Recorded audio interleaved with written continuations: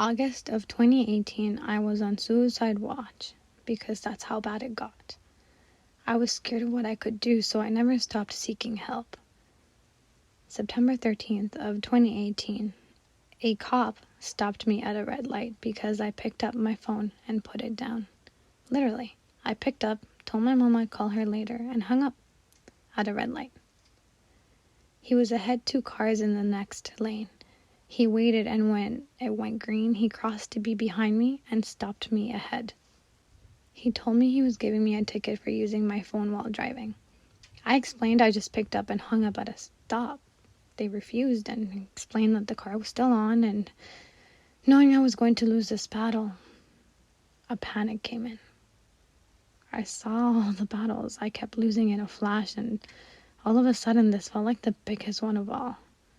I had never had a panic attack in front of anyone. I was always capable of holding back until I ran and found a place to release the pain in tears, sweat, and dread. But this time I was stuck. I couldn't run. I was alone with a stranger that wouldn't hear me. When he returned to my car with the ticket, turns out I was strong enough to fight back my mind, and I mustered up the courage to call a crisis line for the first time in my life. I explained to them I was on suicide watch. I explained my situation and cried as best as I could. I couldn't talk by the point the cop was back, and I handed him the phone and he picked up and walked away. I don't know what was said, and I never will. He returned my phone, hung up, and said, "Call them when we're done here."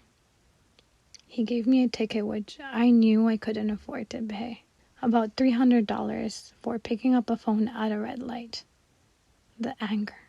It fueled me in a way I had never felt before. I crumpled the paper, threw it, and told him I would not be alive to pay it. He told me to calm down, and then I watched through the blur of my tears and shaking body as he drove away and left me on the road alone in despair.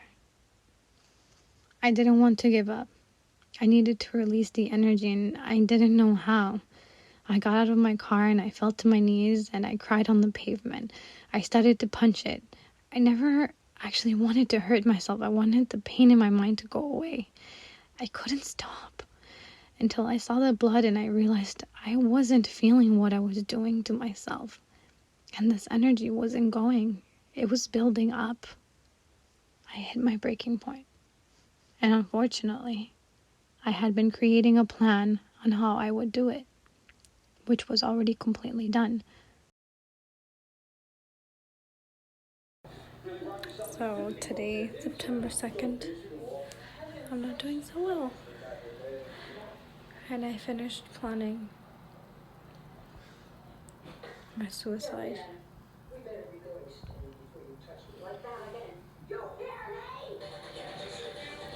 It's all planned now. That's great. So this panic attack I felt trapped in because this time I had something else driving me to the darkness I did not have before. And so I walked to the darkness and followed my plan. I remember that walk like it was yesterday. Spoiler alert, as you kind of already knew, I am, in fact, still alive. I had a foolproof plan and I am still alive. Possibly because of a glitch, a small thing some may call a miracle. I am healthier and happier than I have ever been. And I want to tell you how I got here so that you can skip the mistakes that I did.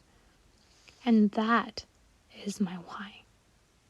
You and me. I believe in a future that is peaceful, loving, full of light and creatives.